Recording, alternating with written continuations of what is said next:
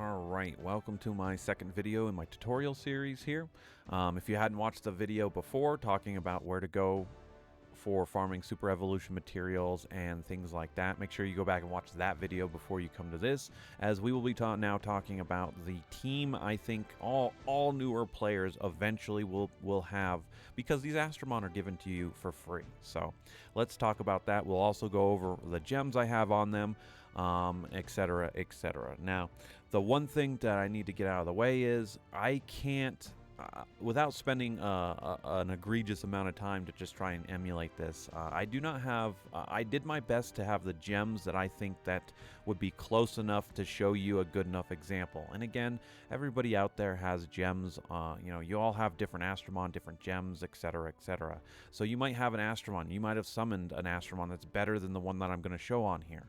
You might already have a team that can come through here, and that's fine. My goal with this video is just to show you a basic starting team that you should already have if you literally that you load up and play Monster Super League for at least the first month of it. You eventually will have the stuff that I'm going to show on here. Now, with that said, I'm going to 100% not be showing as much super evolutions as I can. The team is not going to have any super evolutions, except for one is going to be your Fire Arthur that is given to you for free. Again, this is everything that you can get. But let's start with your lead attacker. When you guys first pull up the game, you are given Dark Mona. If you guys have put Dark Mona away, you didn't think she was going to be useful or whatever, I'm highly suggest you pull her out of storage, get her fully ascended, get her to level 60, and get her fully evolved, and get gems on this Astromon. This Astromon is great, even super evolved. She is great. She does... this Astromon, I only wish I had at the beginning of Monster Super League. Maybe if I had this one, I wouldn't have taken the break and you know, the 6 months I took off the game before coming back to play all the way, because I needed somebody to actually deal damage, and I didn't have that at the time, and I'm not going to go into that. But point being, this is going to be what I call your workhorse. She is going to be your main attacker. This is the Astromon that's going to clear stuff for you, okay? And as you can see, I have her fully kitted out. You don't necessarily need to have this, but you eventually are going to want to have her fully booked. The level 5 here means I have both abilities, her normal skill and active skill, fully leveled up. You do not need to have her level 6 leader. This is just because I've played long enough and I was able to just slap on a level 6 variant for her, and she was there. She does not need to be your leader, okay? So she doesn't need to be a variant in this case. But let's move on and talk about gemming. So, out of Star Sanctuary, you can get Gems of Valor, as well as going into the Golems dungeon, you have a chance to get gems, the blue gems as well. However, you have a better chance out in the Star Sanctuary. So, I highly recommend putting a Gem of Valor set on her. However, a Gem of Conviction set can work as well for the resistance. Really, you're going to want to focus on, for your my beginning players, focus on attack. You want her doing as much damage to get through this stuff as quickly as possible. So, again, I'm going to do my best to emulate as low gems as I can, but you guys got to remember, I am so far along, and I just didn't want to go back and actually farm for 4-star gems to make a perfect video, because that could take 2 weeks, and I'd rather get the videos out now. But just know, I'm using what I have as best I can. I'm going to avoid using as many of these 6-star gems as I can, but eventually you'll want to be working up to these gems anyway. And so, moral of the story is this: if I can do it with what I'm showing you as best as I can, chances are I'm taking the chance that you guys can. Okay, so. Anyway, she is not gemmed necessarily properly for her abilities. Again, I will talk about gemming in the next video, and how to properly evaluate an Astromon and know that what I'm doing here isn't necessarily wrong, but it's not necessarily correct. However, I am just going full attack percent gems here because I want her doing as much damage as possible. You can see her attack is over 10,000, which is great. She is going to be hitting very hard. Okay. One of the reasons, and I will only touch on this briefly, I'm not going to go into too much detail about skills, but one of the reasons why your Dark Mona is going to be this good is partly because of this morale boost. Morale boost and getting her SP up is going to get her ability up, her active skill up. That active skill is going to clear a wave, etc., etc. And again, we're not worried too much about Hunter right now. We just want our Dark Mona to be clearing wave after wave, and that's where the attack comes up, and why she is so good, because of this morale boost. Eventually we will talk about gemming her properly, etc. But for right now, if this is all you have, go for it. The proper way we will just mention, if you do have the proper gems, would be try and get her crit rate up as high as possible. So 1 crit rate and 2 attack percent gems to utilize. Now, to farm efficiently, make sure you're using 4-star and above. It doesn't mean 3-star gems can't be utilized, but make sure, I will put this out there, put 4-star gems or higher on your Astromon, and make sure they are plus 15. So that means they are fully leveled up. Okay, so again, this is going to take time to set up. You're going to need Astromon that are 6-starred, fully evolved, and you're going to need 4-star gems that are fully leveled up. Okay, and I say need for those on those gems, but again, you want to maximize as much as possible here. So at least for your attacker. So with that said, so we have our first, we have, like I said, my workhorse, my main attacker, right? I've said this before too. Unless you have have one of the meta 5-star, 6-star, or 5-star Astromon, or even a Nat 4 that you've made in Super Evolved, you're always going to want a companion to your attacker. Now, when I mean a companion, I mean you're going to want somebody to help clean up. You're going to want somebody to pick up the pieces that your workhorse did not kill. Basically, that you can clear the wave in a guaranteed fashion. So again, Dark Mona here isn't going to be able to just one-shot this whole wave. She's going to need a little bit of help here. And again, these are all Astromon that the game gives you. And all new players, and even I went through it, you all now go through something with Water Mona. I even have a video pinned talking about the importance of Water Mona. Go check that video out too. That one tells you and shows you the super evolution for Water Mona, and you watch her do something that I never thought she'd be able to do in the game, but it was also my motivation for why I wanted to become better at Monster Super League. But here is an original Water Mona that I have not super evolved yet. You guys, again, get a quest and a whole thing to go get her. There's a reason. She's good. Water Mona is still good, and you can use her 100% in this slot as a companion. She is another attacker. It doesn't have to be an attacker, but once again, we're playing to her strength. Water Mona as well has morale boost, which is lower than Dark Mona, but same idea. She just has a 50% for defense down. That's okay. Most things aren't going to live to care about putting that anyway. With these two working in tandem, they're going to do well here. And the same idea again. I have attack percent. I did put a crit rate on her, so that's a 5-star. And again, I'm sorry, I only have 6-star gems, so I have to use the 6-star to make this video possible. So we have properly gemming with 2 attack percent gems followed by a crit rate. The crit rate just helps with, again, trying to get to the damage off. And I say proper, you could swap this out for another attack percent and it would be just fine. Having your other attacker hitting as hard as she can, or as hard as they can, whoever they are, it's only going to help you, okay? And as you can see, she's around 3,000 attack less than Dark Mona. So she goes into the slot. So right off the bat, you have your core team right there. You have the 2 Astromon that are going to be dealing the damage and clearing these spots. Now, I already mentioned it, but the third one we're going to throw in here for good measure is you guys will eventually get a Ultimate Evolved Arthur. Whether you use your trinkets, again, those trinkets are interswappable. So if you took Light Arthur, for instance, on your Light Hero contract and you want to evolve him over doing it for your Fire Arthur, whatever you did there, all I'm saying is Arthur, you guys are given an Arthur a fully evolved Arthur. So whether it be your light one, whether you pick the dark one, or you use it on the fire one, which the fire Arthur is a great choice. My point being is this is where your third slot should come into.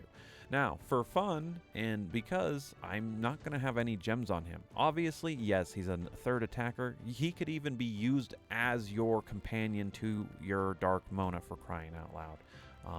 But I'm not even going to use any gems on him because he's just going to do the damage. His 5,723 attack is good enough. The stun chance, the defense down, he's good. And of course, adding gems is just going to make him better. So please gem your Arthur. Don't follow what I'm doing here. I'm just adding him on here because I've been lazy and I haven't gemmed him. This team was made without him in mind. It wasn't until I was really kind of coming through here going, oh wait, we all get Arthur now, so I should talk about that. So, but there you go.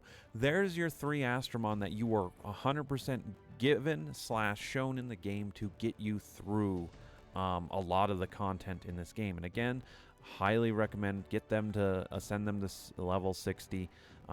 Again, they could be level 50 in doing this as a base minimum, but I wouldn't try this any lower than level 50. Make sure your Astromon are at least 50 and above and fully evolved. Evolved Astromon do make a little bit of a difference here. Now, let's talk about who we want in the leader slot. And this is the swing, okay? This is for you guys to pick. It does not matter at this point after we've picked our 3 Astromon, or at least the 3 Astromon that I've shown here. It doesn't matter what goes in this slot at all whatsoever. The sky's the limit, and you can pick something. For me, since she just got her Super Evolution, I'm going to pick my Light Saren. Again, it doesn't matter. I could pick anyone on here, for crying out loud. Let's go with the Mona Trio, and I could use my defender here, who has barely got gems on her. I could use her as well. Again, the sky's the limit. So put somebody in there to help out. Again, if you want to have more attack power, try and find a leader, a variant Astromon that you have to increase your attack power. That's just going to help. You want more survival for here. Like I said, Saren's going to give me defense. You want more critical hit damage. You could do that, but again, you're not really focusing on that. For this, I am going to use my Light Victoria, because why not? Let's add Mona back in here, and let's actually go. Now, from coming back to the other video, make sure your auto capture settings are as follows, unless you need the rare. Other than that, you need to just defeat the rares. You don't get any gems for capturing this, so you might as well get your high material off of the rare that you encounter. And if you're going to be doing this for a couple hours, you're probably going to come across a couple rares, S rares, etc. While you're doing this. So we get auto capture on. As far as my auto battle, I'm selling all the gems. If you're trying to farm a gem set out here, which you could, if you can go into golems, you should just be farming for those in golems. But excuse me, I am selling all of them, and let's let this team go so you can see the. So you see, I'm not just talking it up for no reason. We will get through this pretty easily. And again, I mentioned it before at the start of the video last time, and I will reiterate it here. Do not be concerned about your clear time. It's going to take you over a minute to be clearing, even with this team, and that's okay. That's not something that's that's not something that's bad for this. Okay, being slow at the start is just par for the course for Monster Super League. Eventually, you will want to be coming down into the 40-second range on Extreme. If you're clearing on 40 seconds, you're really not saving any more time if you find a team to go lower than that. My best time is around 38 to 39 seconds with my best team. So, and as you can see here, we got 58 seconds with this team. And again, I'm going to let this run twice just so you can see it. And then I'm going to end this video off by talking about where this team will struggle. Because this team will struggle a little bit. But as I said, as long as you can farm this first stage on Aurora Plateau, you're good to go. You're ready to start farming. And again, you are given 3 out of the 4 Astromon you see on screen for free. And in this case, again, Dark Mona is a little is being a little bit useless here. So again, what I talked about, she keeps getting stunned and attacked by these light slimes, and that's fine. But like I said, what we have with the other Astromon, and even there she got taken out. But that's why we have the other 3 Astromon who can pick up the slack at that point. Okay. Again, I can move because where I can farm, going down to like the gold bonus stage, there's no light Astromon to go after her in this case, so we don't have to worry about things like that for myself. And again, I'll show that off on here. But once again, that's this team is self-sustaining, in that just because your workhorse goes down doesn't mean the others can't pick up the slack. And again, if my Arthur had gems, he would probably have killed that himself. So there's kind of that there. And again, I'm running my Victoria, but you could be running a recovery Astromon as well, who could be healing. For example, you could be running a water Persephone in this team, and be healing almost every turn anyway. So my Dark Mona wouldn't have died there. And more or less, it just comes down to how you want to go about your team compositions. And again, if you already have a team that works, good. Good. I can't cover every possibility out there. But like I said, so coming down here to the gold bonus stage, you now see that nothing is going to go after Dark Mona. Therefore, the only ones that are going to be doing anything is water is going to go after fire. That's how the AI works. This Dark's going to go after my Victoria, and this fire isn't going to do anything. Yes, he has Petrify, which can kind of... It's kind of like the shock that we just saw, can be a little bit annoying, but again, this team does just fine. And again, this Astromon slot is really up in the air for whoever you want to throw in here. Now let's finish this video off and talking about where this team will struggle. And I can 100% say that it's in the gold bonus stage. Water Mona struggles very heavily against this. I hate the Glacial Plains. This has been the hardest one to farm, but that's just because of my PTSD I have with... when I first came back to the game. But again, if you have the depth, if you have different Astromon, again, throwing some more fire Astromon out there. This is really my only fires that I have. You could use like a fire Succubus, whatever that you have. Even Miho, using your fire Miho out here isn't a bad choice. Again, Dark Mona is going to do a lot of good for you. Fire Arthur is going to do a lot of good. Again, have gems on him. Can't stress that enough. But this is where this struggles just because of the stuns that come out from Otari here. And so it can be a little bit there. But it just gets easier the farther you come down, because even the gold bonus stage here is easy to do with that team. This team does the gold bonus stage just fine here. Star Sanctuary might be a little bit iffy with your Dark Mona, just because of the light Astromon targeting her. Again, you can solve this by using a recovery Astromon. So if you have Seirin, Hanahime, etc., insert any recovery type Astromon here. Even Cherry, if you got Cherry out of a capture festival, things like that will work just fine going back here. And like I said, it just gets easier and easier the lower you go, because the levels on these Astromon get lower and lower, so you just have an easier time with this team. So I'm gonna leave that video off there. That's my suggestion as far as an intro team you could go with. Again, this gets swapped in and it's swapped out 100%.